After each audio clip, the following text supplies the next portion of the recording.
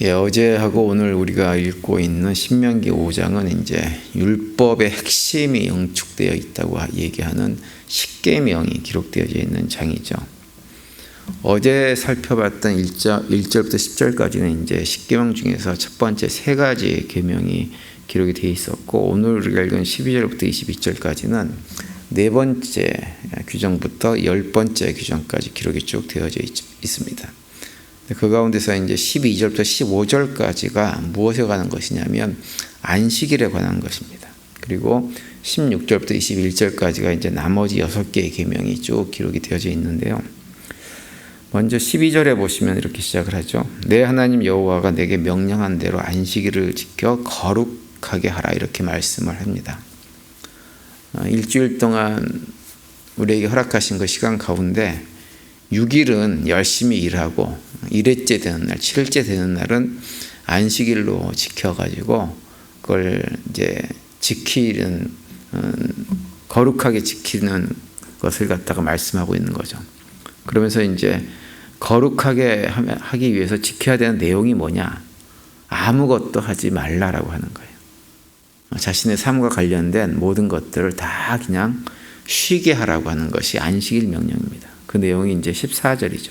14절 보시면, 일곱째 날은 내 하나님 여호와의 안식일인즉 너나 내 아들이나 내 딸이나 내 남종이나 내 여종이나 내 소나 내 나귀나 내 모든 가축이나 내 문 안에 유하는 객이라도 아무 일도 하지 못하게 하고 내 남종이나 내 여종에게 너같이 안식하게 할지니라, 이렇게 말씀을 합니다.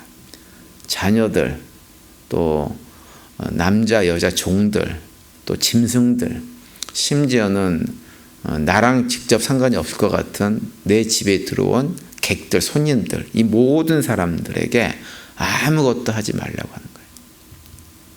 그러니까 이걸 다시 얘기하면 어떤 것이냐면 삶의 모든 분야에 있어서 아무것도 하지 말라고 하는 거예요. 그런데 하나님께서 아무것도 이렇게 하지 말라고 하는 이유가 있어요. 그 이유가 15절입니다.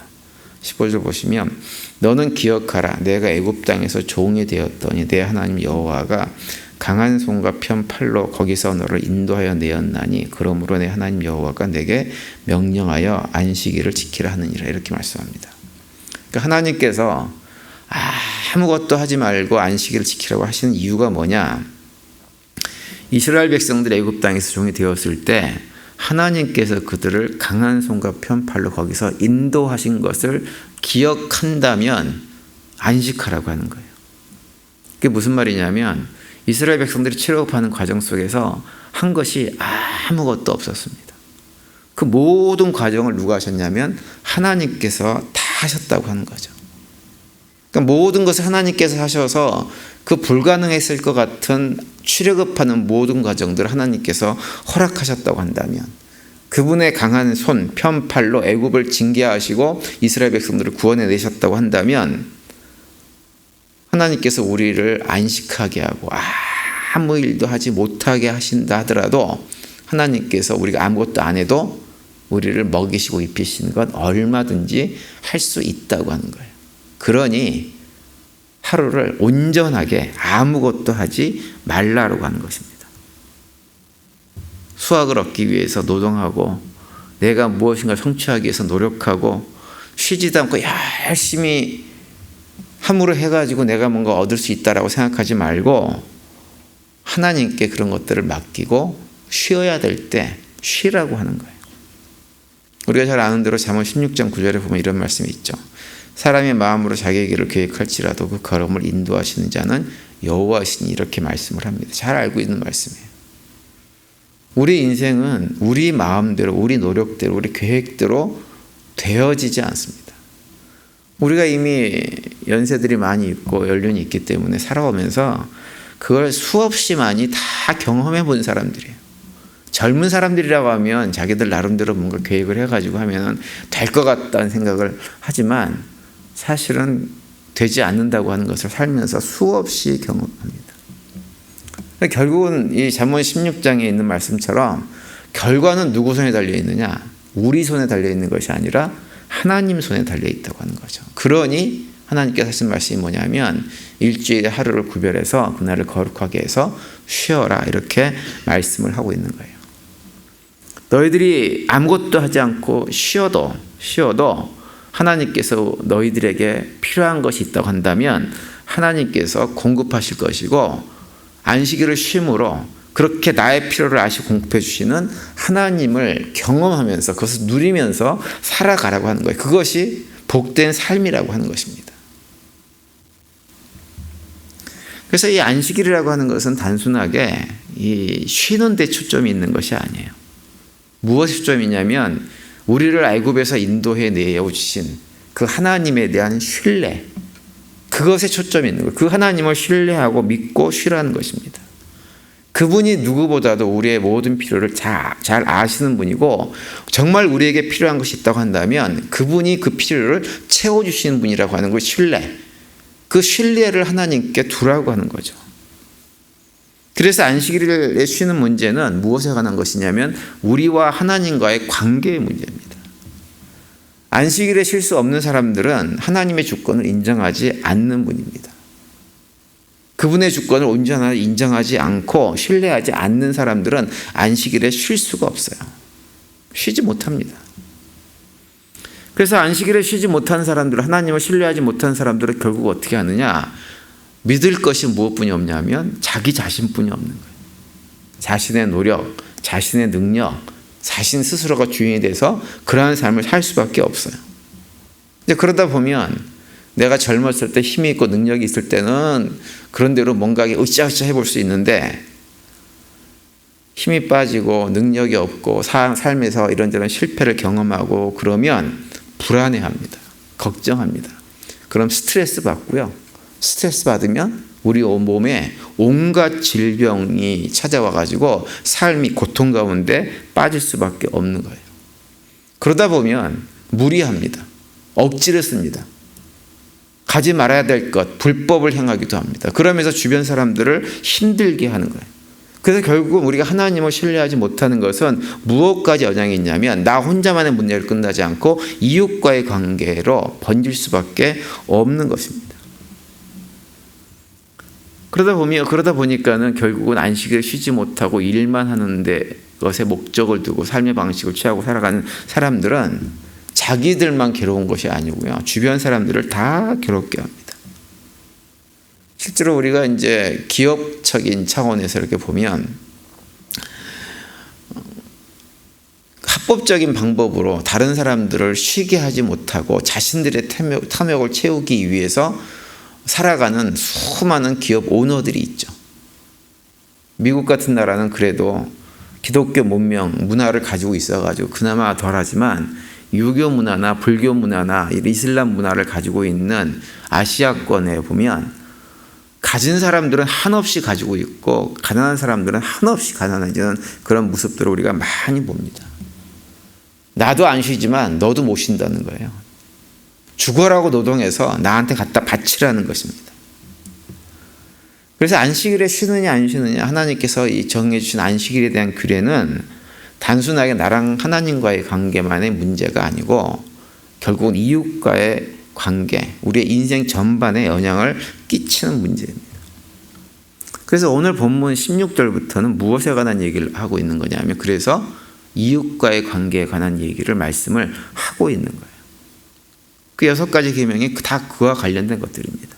부모를 긍경하는 것, 살인하지 않는 것, 간음하지 않는 것, 도둑질하지 않는 것, 이웃을 모함하거나 거짓 증언하지 않는 것, 이웃의 것을 탐내지 않는 것, 이런 모든 것들이 안식하지 못하는 사람들, 하나님을 신뢰하지 못하는 사람들이 이 땅에서 살아가면서 행하는 악행들인 거예요. 근데 하나님이 우리를 지키고 보호하시고 우리의 필요를 아시고 우리의 필요를 채워주시는 분이라고 하는 사실을 믿고 신뢰하는 사람들은 이런 악행을 저지르지 않습니다. 오히려 기꺼이 나의 손해를 감수합니다. 내가 이 모든 것을 손해를 감수해도 하나님께서 채워주신다는 것을 알기 때문에 손해 같은 것에 마음 두고 연연해하지 않는 거예요. 그래서 안식일에 나만 쉬는 것이 아니라 내 종들도 쉬게 하는 거예요. 쉬게 해주는 거예요. 주인 입장에선 종들이 쉬면 당연히 손해가 오잖아요. 그죠? 근데 손해를 감수하는 거예요. 종들도 다 쉬라 그러고 가축들도 말 못하는 가축들도 다 쉬게 하는 거예요. 그러니까 다른 사람들을 쉴 수 있도록 만든다고 하는 것은 뭐냐? 무엇에 근거한 것이냐? 내가 그렇게 해도 나에게 부족한 것이 있다고 한다면 하나님께서 채우실 것이라는 믿음을 가지고 내가 가진 것을 가지고 없는 사람들, 가난한 사람들, 종의 역할을 하면서 가난하게 살아가는 사회적 약자들, 이런 사람들에게 내가 가진 것으로 기꺼이 그들과 베풀고 나누고 그들을 섬기겠다고 하는 그런 자세를 갖는 것이 안식일을 지키고 하나님과 관계를 바르게 하고 있는 사람들이 가지는 태도라고 하는 거죠. 그래서 안식일은 궁극적으로는 나만 아니라 나보다 힘이 없고 약한 사람들, 여러 가지 취약한 환경 가운데 살아가는 사람들을, 심지어는 말 못하는 짐승들, 가축에 이르기까지 다 어떻게 하는 거냐? 내가 가진 것을 가지고 그들을 섬기며 살아야 되겠다고 하는 고백을 하는 날이 안식일이고, 그런 의미에서 안식일을 쉬라고 명령을 하는 것입니다. 그래서 이 안식일 정신을 좀 더 깊이 생각하면 기본적으로 생각한 건 뭐냐면 우리의 삶의 주인이 하나님이라는 것을 고백하라고 하는 것이고요. 우리 주변에 있는 모든 것들을 우리가 어떻게 해야 되느냐? 그들을 돌보고 섬기고 나누고 베풀라고 주신 것이 이 안식일 명령인 것입니다. 말씀드린 대로 우리가 살고 있는 미국 같은 경우는 기독교 문화가 뿌리 깊은 지역이기 때문에 그나마 이웃과 나누고 베풀고 섬기며 살아가는 것이 법과 제도로 잘 되어져 있습니다. 그래서 미국에 사는 우리들은 얼마나 다행인지 모릅니다. 그런데 한국에 사시는 분들 보면, 제가 한국의 소식을 들으면 정말 가슴이 아파요. 같이 목회하는 목회자들 같은 경우도 은퇴하고 나면 살 길이 없습니다. 그러니까 어떻게 하냐면 은퇴하기 전에 어떻게 해서라도 교회로부터 많은 것을 얻어내려고 하든지, 아니면 원로 목사가 돼서 교회로부터 은퇴 이후에도 생계를 보장받든지, 이런 것들에 목회자들이 얼마나 신경을 쓰는지 모릅니다. 한국의 노년 인구의 한 거의 80%가 한 달에 100만 원의 수입도 없이 살아간다고 통계가 나와 있어요.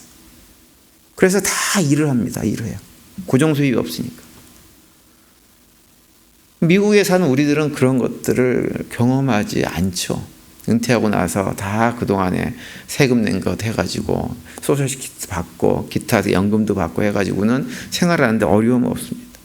그런데 한국은 그렇지가 않아요. 그러니까 우리가 이 기독교 문화, 특히 안식일을 쉬라고 하는 하나님의 명령에 따라서 운행되어지는 나라에 산다고 하는 것이 얼마나 복된 일인지 모릅니다. 그런데 그 복을 하나님은 우리만 누리고 사는 걸 원하지 않으세요. 우리도 그 안식일의 정신에 따라서 우리 삶의 자리에서 우리보다 연약한 이웃들, 가난한 이웃들, 불쌍한 이웃들을 보면 어떻게 하고 사는 걸 원하시냐면 나누고 베풀고 그들을 섬기는 것을 원하셔서 우리에게 무슨 명령을 하시느냐?